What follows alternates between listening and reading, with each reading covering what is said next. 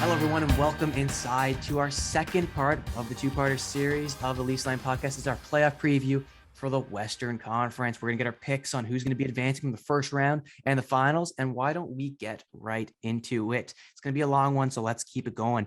So, out of all the matchups, there's one that intrigues me the most, and it is the Colorado Avalanche and the Nashville Predators. I like to see this one a little bit more back and forth. The Nashville Predators, hey, they're no slouch either. They've been surpassing all expectations set for themselves this season, and they're probably going to be giving the Colorado Avalanche hell, and not the bad kind of one, like the one that's going to maybe just defer your bracket or whatever. I got the Colorado Avalanche. They're going to be a secure team, but the Nashville Predators are a team that turns it up on the playoffs, and it is really going to be highly reliant on if UC Saros is between the pipes. I don't know if he's healthy. I don't know if the news is on him, but I know he's a little uncertain, and that's enough for me to say, okay, the Colorado Avalanche have more than enough in their favor.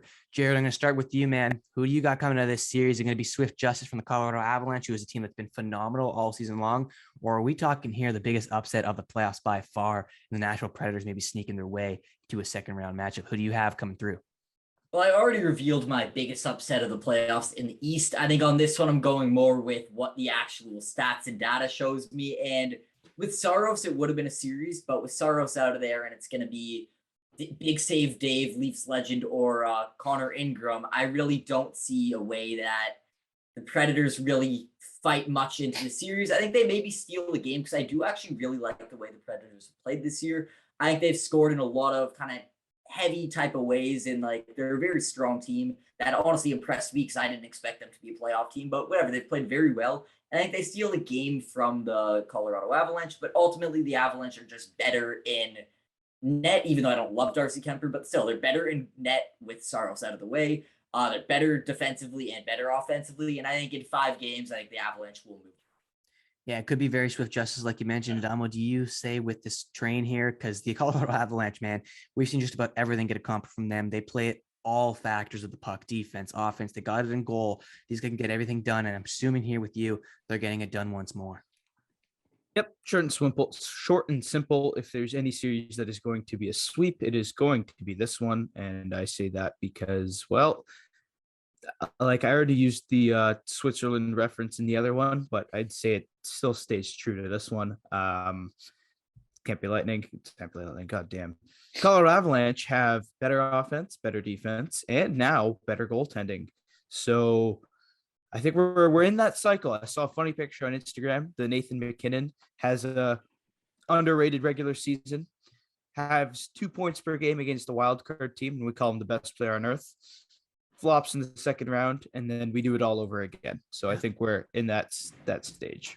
Hey, this is like, you know how the popular Leafs line scale that we have with the salmon color, the green, the orange, all that stuff. Well, if you're the Colorado Avalanche, is round 1, you are in over green. You are perfectly fine. They smash round 1. I believe they swept the Blues, if I'm not mistaken, last year.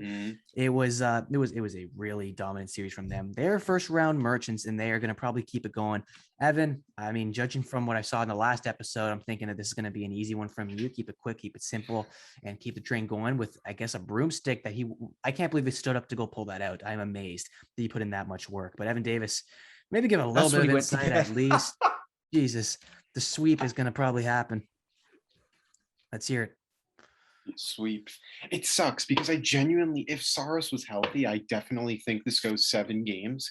I just think the fact that Saros isn't healthy and you have David Riddick trying to stop that offense, and I know Landeskog has been out, but he is back for game 1 according to the coach. At least that's what Bednar's saying, is that Landeskog will be back for game 1, so that's all the assurance I need for a sweep. And I mean, there's not much else to say. It sucks because I thought this and Minnesota would be my 2 favorite series in the West, but the fact that there's no Saros kind of kills it. So I'm going to go a clean sweep here. Yeah, we have the potential. Obviously, it's not in any of our favors here because I got Colorado coming out of it too, and very swift justice at 5. But if this could be one of the bigger upsets that I've seen in quite some time, if it were to go the latter way. And I don't know if I want to say it though, just because everyone's brackets, and I'm not talking us, I'm talking to a lot of the hockey world's brackets, are going to be busted very quickly if the Nashville Predators find a way. David Rittich, Leafs legend, rallies and Leafs Ricky legend. Saros maybe comes back in and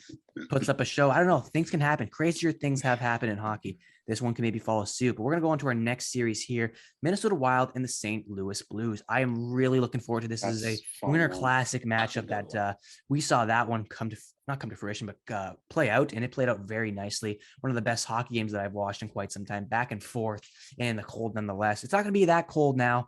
They're playing in actual arenas, which is going to be a nice thing for both those teams, but you're going to see a great playoff series nonetheless. Offensive, defensive, and in goaltending, I have Marc-Andre Fleury. This guy's going to be interesting to say the least. He's been coming onto the scene in Minnesota, stealing the show. He's been a terrific acquisition from the Wild. And I don't know, do we see this sneaking into the playoffs? I know we don't talk much about regular season coming into the playoffs, but goaltending, it's a little weird. It's a little dicey. It could be a yes or a no. And whichever way it lies, it's very definite. Jared, do you see the goaltending from the Minnesota Wild maybe overwhelming the St. Louis Blues, who have had it not really from Binnington, but more so from a young guy in Russo? It's going to be maybe coming down to the wire, and it could come down to the goaltenders at the end of the day. Do you see it going that far? And do you see these guys rising to the occasion? And if so, which ones? I think this series does go very far, but ultimately I'm going the other way. As much as Minnesota has the goaltending, I think St. Louis has the depth. They have the defense. And in a 7-game series, I think the St. Louis Blues take down the Minnesota Wild to move on to play the Avalanche. To be honest, I just like the roster better. And as much as, yes, as soon as at the deadline, the Minnesota Wild got the goaltender, it definitely made me consider, okay, this will be a close series than initially I thought if it were to be Talbot in net. So it definitely will be close, but ultimately I think Russo has played well enough that I think he could be a goalie that's able to match up with Fleury.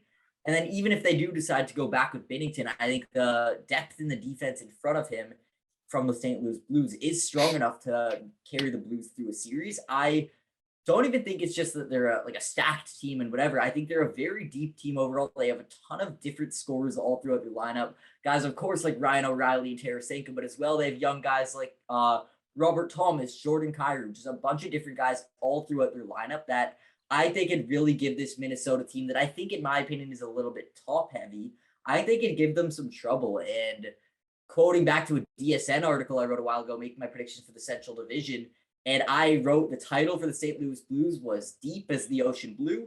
For the Minnesota Wild, it was Wild Expectations, but another early exit. And ultimately, I stuck true to those predictions, and I think that's what's going to end up happening in a 7-game series. The Blues take it home.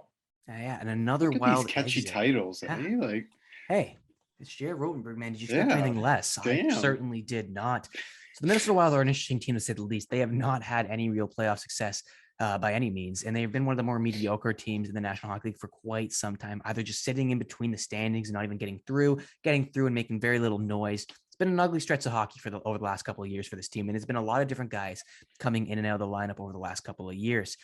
Rimoli, I'm going to turn it over to you. Now, I asked Jared about the goaltending, but I want to ask you, which team do you see a little bit more well-rounded? Now, Jared, you mentioned they're a little bit more top-heavy. The St. Louis Blues, they got a lot more depth. And they got some guys, too, that are getting career years in Jordan Kyrou and Robert Thomas. A lot of guys who are also heading into the playoffs on red-hot streaks. I don't know, which one do you see maybe swaying the domino effect here? Do you see the Wild going through, St. Louis Blues? Which one in this highly anticipated, highly fun matchup to watch? And one of them that is on my schedule on game one. I will be sitting on my couch tuning into these two teams going at it. Yep. So you said most rounded team. I'm going to give you two different answers here. I think the most well-rounded team is the St. Louis Blues, but I think the team that is going to take the series. And you know what? I like some hot takery. I think the Wild sweep. Wow. Really? I think Interesting. Minnesota. Okay. And you know what? If not sweep, I think this goes 5. I don't think the Blues have a good goalie. I think the Wild have 2 very good goalies. Mm-hmm. I think the Wild are extremely underrated. I think they have a better defensive core. I think offense, it's even closer than people think. Kevin Fiala with an unbelievable season that no one's talking about. Mm-hmm. Ryan Hartman, great season. Matt Zuccarello, another guy over a point a game. And then the guy who was the team who has the best player in the series usually has a good chance. And that is the superstar. And I said it, the superstar, near 50 goal man, apparently overpaid, Kirill Kaprizov he's about to snap. We saw it last year against the Golden Knights where he is able to carry a team. He single-handedly, him and Cam Talbot dragged them through the mud. And I'm also just not a fan of that Blues goaltending. I don't think Jordan Binnington is a very good goaltender. Ville Husso is a fine goaltender. I don't think he's great. I think he started off pretty hot, but his last 9 games, 908, 7-1-1, but 908 and like a 3 goals against average. Both not looking great. I know they're coming in absolutely flying into the playoffs, but crazy shit's supposed to happen. And I like some hot takery. Hot takery. I don't think St. Jeez. Louis Blues are on your side either. That would mean back-to-back sweep for the Blues. Haven't won a playoff series since, if I'm not mistaken, the Cup. That is a 2019. brutal streak of hockey to go to. But Rimoli wants to go down that road, and I'm all for it. Evan Davis, I'm gonna turn over to you. This is a great series. I know I've said this a lot, but we can't speak of this enough. There's going to be a lot of back and forth factors. You got good goaltending against a little average goaltending, but you guys, different teams, different stars. You got guys who can carry them, and not just the goalies. There's players that can carry them. There's some surrounding cast around the Minnesota Wild team that can get them through as well. But who do you have at the end of the day going through between these two teams? Yeah, I got Minnesota in 7. I agree with Adamo. I think the better goaltending is on obviously the side of Minnesota. I mean, they kind of remind me of Vegas with Leonard and Fleury. Now it's Fleury and Talbot. So I mean, they could throw out whatever. I wouldn't be surprised even maybe if they just go game for game, just to, Fleury and Talbot are both getting up there in age. It's what Vegas did throughout the playoffs last year, so they could definitely take a page out of their book. Also, to Damo's point, I think Jordan Binnington is criminally overrated. I think ever since he won the Stanley Cup, he just hasn't been the same goalie. I think he's getting paid way too much, and I think that's why he's going to get traded in the offseason. I think regardless of what happens, I mean, when it was with Brian Elliott as the backup, it was Elliott that was taking games from him, and now it's Ville Husso that's taking games from him. So I just think, he had a 1 year great year. He was hot. He was arguably the MVP, but he's been overrated ever since. And I don't think Kaprizov will be as dominant as I think we had seen last series versus Vegas, because Ryan O'Reilly is probably a top 3 shutdown center in terms of his defensive play. And I mean, he's also above average offensively. I don't really see Kaprizov getting maybe over a point per game, but I definitely think Ryan O'Reilly will make his life hell throughout the series. But I mean, in the end, I think it comes down to who has the better goalie. And I wouldn't touch Binnington in this series. I would keep Husso all 7 games. And I think Minnesota takes it in 7. And I have to agree with you. I got Mini in 7 too, but a real fall from grace to go towards your point from Jordan Binnington, once Stanley Cup champion, probably likely could have been the MVP and just could not get it done. And it's weird, getting your job lost to 2 different goaltenders is a tough gig. And I know goaltending is just as hard as any other sport. And it's just a really tough position to play. And I don't think he's really been meeting up to his standards, the team standards. And I think it's going to meet ahead in the offseason, but that's an offseason show. This is a playoff show. We'll talk playoffs. I got Mini in 7. And I have to say, Adamo, you said Kirill Kaprizov has the capabilities of stealing the series, and I agree. But I think just at a gut feeling, I don't got really anything to support this, but I know he's capable. I do think some of the supporting cast around him might shine a little bit more and keep their career years, their overachieving results. They're going to keep the train moving. I see Hartman stepping in a lot, getting a physical force and getting the offensive numbers as well. Guys like Matt Zuccarello. There's a bunch of players that can go into the mix and maybe steal the series. And not a maybe, I think they will steal the series from the St. Louis Blues. It's going to go the distance, obviously. This is a terrific matchup, and I can't wait to see it. And I think I'm going to just leave it at that. It's going to be fun. It's going to be great. That's what the playoffs are here for. I can't wait to see it. I'm sure you guys are in the same boat, but we're going to move on to our next match of the other side of our brackets. We're starting off with the Calgary Flames and the Dallas Stars. Now, I made my opinions pretty darn clear in the last episode of the Least Line podcast. We're going to keep it moving here. Calgary Flames, Dallas Stars. Jared, it's an interesting one to say the least. The Dallas Stars are in a weird position where they had to make the playoffs, and if they didn't, it was going to be a massive explosion coming from their part. They have a lot of aging pieces, a lot of guys who have been in the situation, and we've seen what they can do against some of these bigger teams. We've seen them go to the Stanley Cup final in the bubble year. So these guys they know what playoff stuff is all about. And it was all about them punching their ticket to give them a decent chance. But who do you see coming out of this one? You got a big favorite in the big red machine and the Dallas Stars with those booger green ugly jerseys. Who do you have taking the series? And nice. give me a big reason why here. What's going to be the deciding factor here? Well, ultimately for me, the Stars are the most interesting team, I think, in this playoffs because they in 2020 defense their way to a Stanley Cup final. And they definitely, I don't think you should write off the Dallas Stars going into this series. I think they are a very strong team, defensively at the very least. And I think they're actually going to give the Calgary Flames a hard time. And I really like what Jake Ottinger has been doing in net, being very good for them. But with that being said, that's only going to win them 2 of the 4. I think the Calgary Flames still, they're just a better team than the Dallas Stars. And even though the Stars have beaten the Flames before on their road to a Stanley Cup final, I think the Calgary Flames on a road to at least making a deep run, I think they are going to end up flipping the reverse card, flipping that Uno reverse card and taking out the Dallas Stars in 6 games. And it just comes to, I think they're deeper offensively. I think they're stronger defensively. I think Markstrom is a better goalie. And I think Daryl Sutter is an unbelievable coach. And I think for a wildcard team, the Stars are quite a bit of an X factor where I wouldn't be shocked if they turn it up, and their defensive style does really lend itself well to playoff hockey. So I think it'll be a closer series than a lot of people expect, but I still think the Flames are just better. And again, I've gotten my hot take out of the way. So in this one, I'm pretty much going with the expected result. I think the Flames will end up beating the Stars. Yeah, and you want to hear a hot take. It would be a real big hot take to maybe sway someone's opinion for Dallas getting over this Calgary Flames team that just looks so complete, top to bottom, coached well. We've spoken so much good thoughts on the Calgary Flames. And I think they're just going to keep it rolling and get some playoff success going as well. At least for me, at least that was part of my bracket. They're my Stanley Cup champions. If you tuned into the last episode of the Leafs Line podcast, Rimoli, I'm going to turn it over to you. You've been really high. You started the Leafs Line trend on this Calgary team. We've been hopping on the bandwagon ever since you let the train roll through this podcast. But who do you, I'm not even ask who do you have because we kind of know, but what do you, I guess, yeah, how many games and what do you see playing a factor? What are you expecting to see between these two teams? Is there going to be like a different sort of element coming from this series compared to others, or is it going to be pretty straightforward textbook?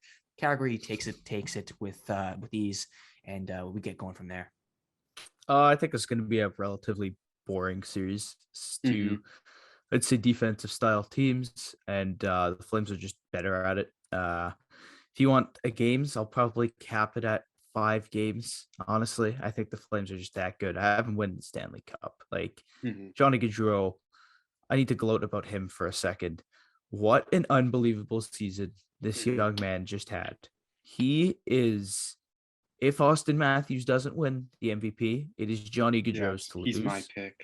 And do you guys remember when Mario, you wanted a hot take?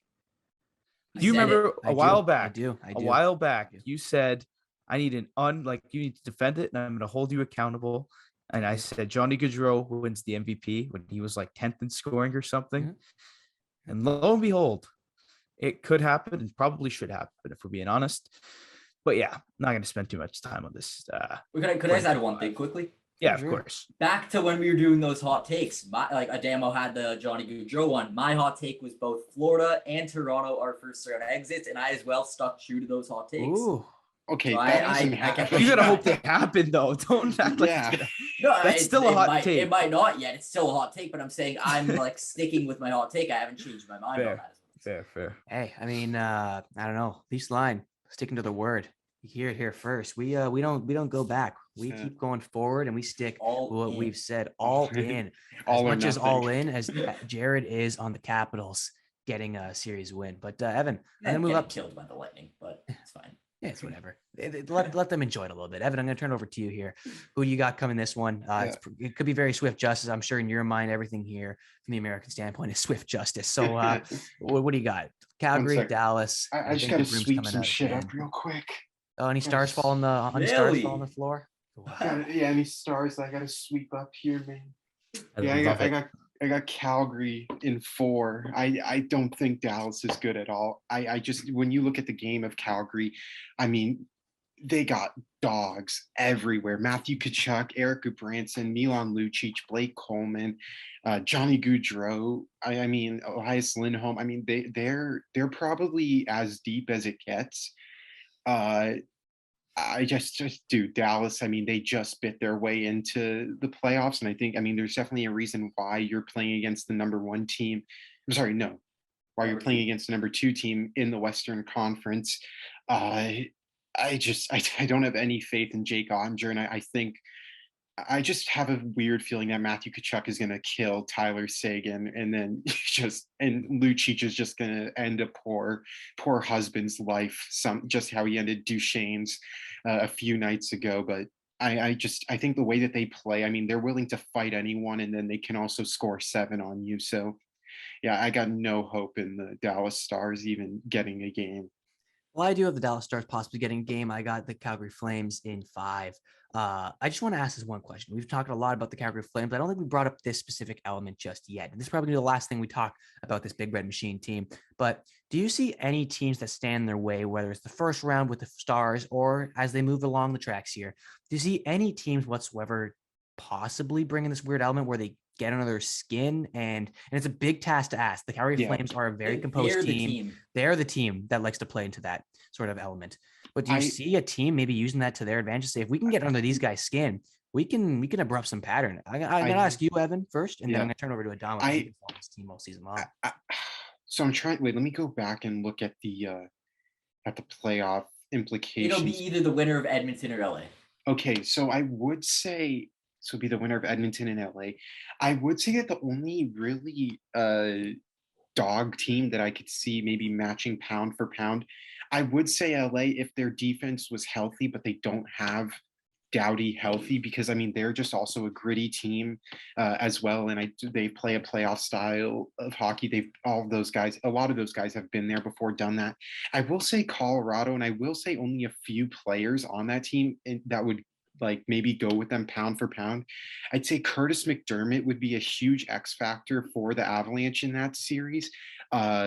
Josh Manson in terms on the defensive end, and then offensively, if Nazem Kadri isn't suspended this time, and I mean even God, who did they just trade for? Who's that trade with Minnesota that they traded?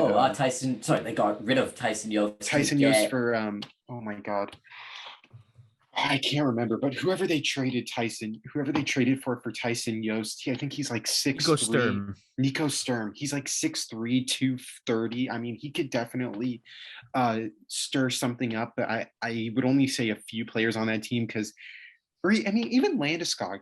When he gets in the playoffs, he turns into a gritty animal. I mean, he's not as big, but I mean, he definitely gets at it. But I mean, a lot of their other guys kind of remind me just average players. They want to be able to go home in one piece, but the only few players would scare me on that team. Not scare me, but can match up pound for pound. Well, do you see this being a problem at all for the Calgary Flames, or is it going to just stick to what they've done all year and say, we're going to be the tougher team, nothing's going to get in our way? No, I don't think it would be a problem for them. I don't think it would be a problem for them. I just think it would be like, oh, sorry, was that for Adamo? That was for Adamo, but my bad. I'm sorry. It's 7 a.m. I'm out of it. No, you're good. You're good. No. I don't think you don't get under the skin of the team that gets under people's skins. That's their job. Yeah. You know, the mouse never eats the cat. That's not how this works. And not only are the Flames, pesky and annoying, they'll hang 7 on you too, like Evan said. So they have multiple ways to get it under your skin, because I don't know about you, I don't like getting 7 hung on me. And Milan Lucic like absolutely shattering my femur. So yeah. All right. Well, on the topic of shattering femurs, I think that's an easy segue to, I think, a series that we might not see a lot of shattered femurs or any real physicality come of it. I think it's going to be a much more skilled and a much more shut down series that it is. The Edmonton Oilers and the LA Kings. This is the last one for the day, gentlemen.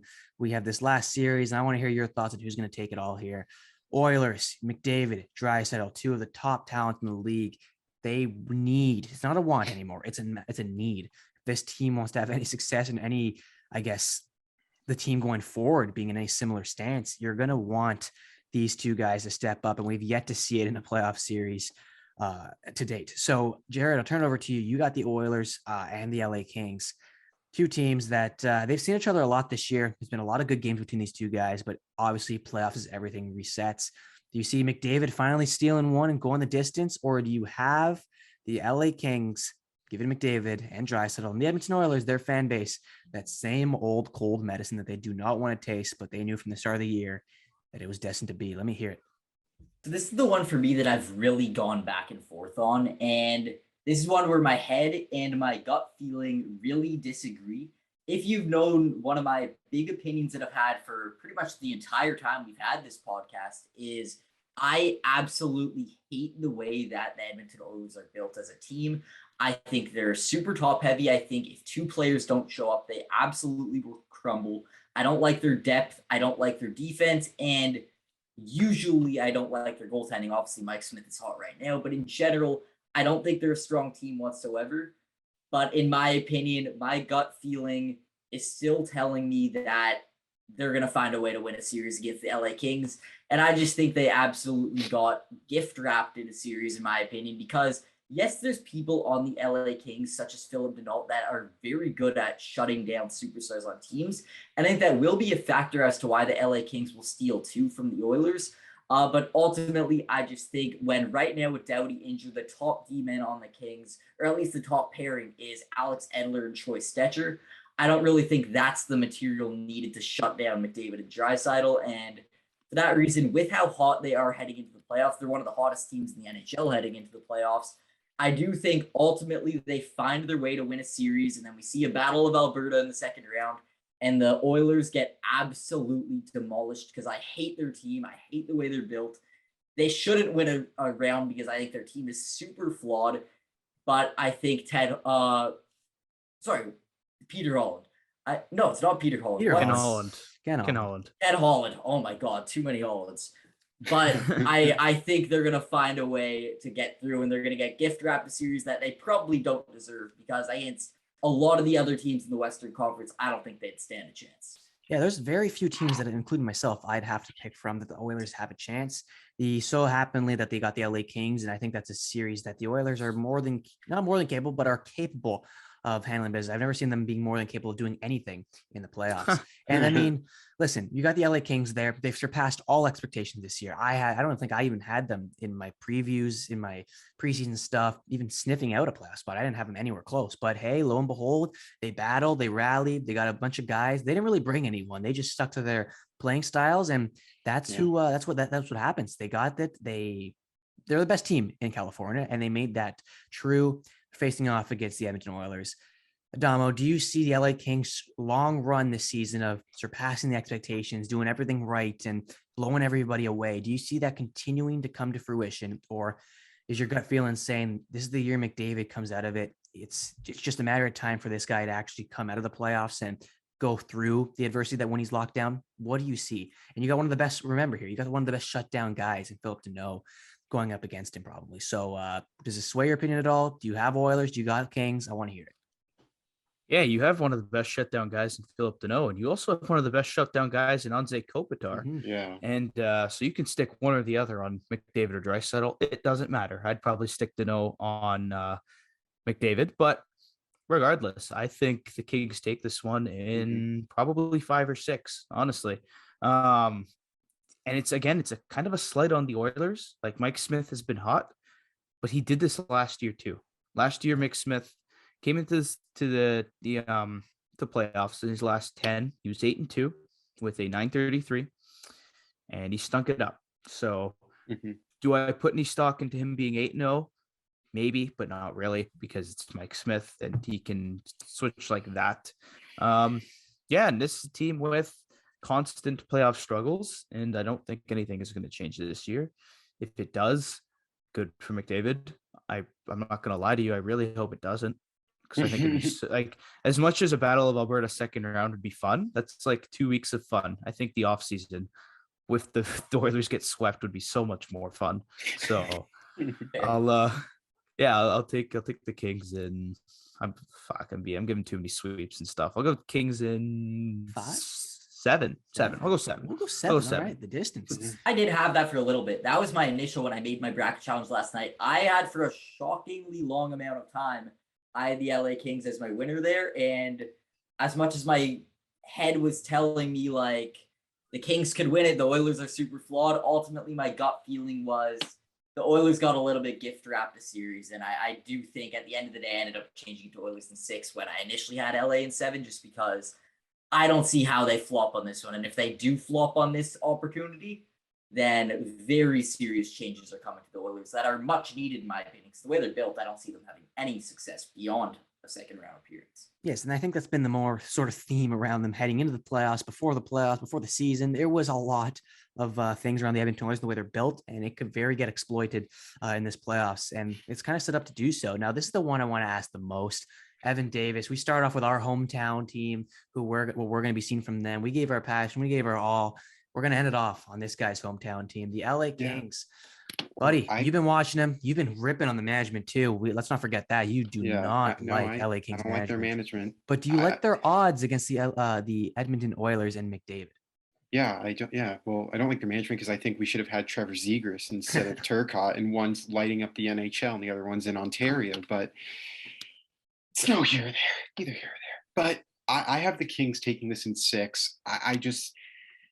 We were talking about all of our DSN articles. I said that the Kings would win at least one round. I mean, I don't see them making it past Calgary, but I don't know, man. You look at Philip Deneau and how he was able to shut down even Mark Stone, that entire top line in the or I don't know what it was, the third round, whatever it was. And I mean, you can't really do it to Tampa, but the way that he's just able to shut down and take out, and I was at the game and I completely forgot that half the guys were on the team just because they look so non-existent. But and then you also have Kopitar there. And I think what's the main factor, Jared, you speak about the lack of depth on Edmonton. That second line for LA was criminally underrated this entire season with Deneau, Arvidsson, and Trevor Moore. I mean, there was at a point where they were absolutely carrying the Kings. And I don't know where you saw like the line combinations. The first line, Mikey Anderson and Sean Dursey are most likely going to be your first line pairing defense in that game versus Edmonton. I think Mikey Anderson's fantastic. I mean, he was a late round pick who's blossomed into a great top line defenseman. Sean Dursey's going to be great, but I mean, overall, I'm looking at Edmonton and I'm just seeing how Deneau is able to shut down Mark Stone and Max Pacioretty last year. And I just think the way that LA plays and the way that Jonathan Quick has been able to play in the playoffs, I think is a huge thing. And 2-time Stanley Cup champion and a Conn Smythe winner. So yeah, I have LA in 6, and it should be a fun one. I'm excited. Did not expect them to be in the playoffs, but I'll say that. I'll be honest, did not think they'd be here. But the fact that they're here, I'm going to give them the glimmer of hope. Yeah, everything's a bonus for the LA Kings and their fan base. So go enjoy it. Go see what they can do. And I mean, you got the Edmonton Oilers down there. Probably a lot of people, including ourselves, taking them as underdogs, even though they're the team should not be with the way they're made up. They should not be underdogs by any means. And I mean, listen, you look at it's a favorable matchup for the Edmonton Oilers, but all the strengths play towards the LA Kings in respect to winning the series. You have guys who can shut down McDavid. I think it's the most leading factor towards winning a series. You have goaltending, who is far better. And I know it's not very hard to be better than Mike Smith and Koskinen, but lo and behold, you are, and that can go a long way. And my pick here, we talk about all these picks that we make. It's either sweeps, hot takes, gut feelings. I'm going gut feeling, and I'm going Edmonton Oilers in 6. Listen, this is straight, no logic or anything. This is you look at paper and how it's going to match up. You can very much tell me, and I'm not even going to tell you that you're wrong, that McDavid and Draisaitl are going to get shut down. History shows, but history also shows that you can't really tame a beast for this long. And I think it's going to be finished off this year. I think it's gonna get the monkey off his back. He's gonna perform in the playoffs. Both of them are, and I don't think it's gonna be a thumping, but I think it's gonna be something substantial enough to get them through, to get them over that hump, that one hump that Edmonton Oilers fans need to see. And I think management, especially, this is a huge series. If you want to talk about management in regards to who needs the playoff series most, who needs to win most, the Edmonton Oilers are right up there. And I think even regardless of how it goes, they're gonna have to refigure a bunch of players. They're gonna have to get some guys, some better players, even out the lineup a little bit more. But for now, I got the Edmonton Oilers winning and taking the series. It's going to be a decent one. I think it might go under the rug a little bit, but I can't wait to watch it. I can't wait to see McDavid. See McDavid in the playoffs. At least if he performs, I can't wait to see that one come to fruition. But alas, I think that puts a bow on the Western Conference. We previewed our Eastern Conference. We previewed our West. We previewed our Stanley Cup matchups. And above all else, we've previewed our Stanley Cup winners, a wide bag of variety from the Leafs Land members. Guys, best of luck to you. The best win. And it's going to be fun. The Leafs Line group chat, I cannot imagine it being more active than what it's going to be in the next couple of weeks, man. Every single game that we're not watching together, it's going to be a oh, I got this pick right, or I got this pick right. Jared Blair in a 15-page synopsis on why the Washington Caps finally did it and got his pick right. Oh, But I no, want it to happen so bad now, just to have Jared's reaction. I do want to see Jared's reaction. I'd love to actually see it Yeah. in person too. That'd be something. See him running around the room, possibly shirtless, depending on how Jared rolls. That's a typical Evan Davis thing. So maybe he took a page of the book from Toronto. But I don't know, gentlemen. We got anything else to add? Or are we good to wrap this one up? Send her away. Nope. All right, No. good. It's gonna be a good playoffs, man. I don't know. We got our I'm matchups. so We got them set. excited. I think this is May one of the the odds best. be ever in your favor. Yeah, I think this is one of the best playoffs we're ready to see. And I have a feeling, I don't know if this is gonna be a hot take here, but I am gonna say it before we close off. This will be the best playoffs that we see in the last decade. So that's throwing it out there, and let's all hope it comes to fruition just for the sake of our hockey fans. But yeah, Don't take his word for it. don't take my word for it. But playoffs are here. It is time, and it is time to see who the best of the best are and how they match up to each other. Thank you guys all for tuning in for both part 1 and part 2 of the playoff preview on the Leafs Line podcast. In the upcoming weeks, we'll be back here just not just teeing up matchups, maybe if it goes that quick, but teeing up matchups and analyzing all these deep runs the teams are ready to go on. But other than that, I'm Mayor Russo, Evan Davis, Donald Mullen, Jerry Rotenberg, signing off from the Leafs Line. Take care.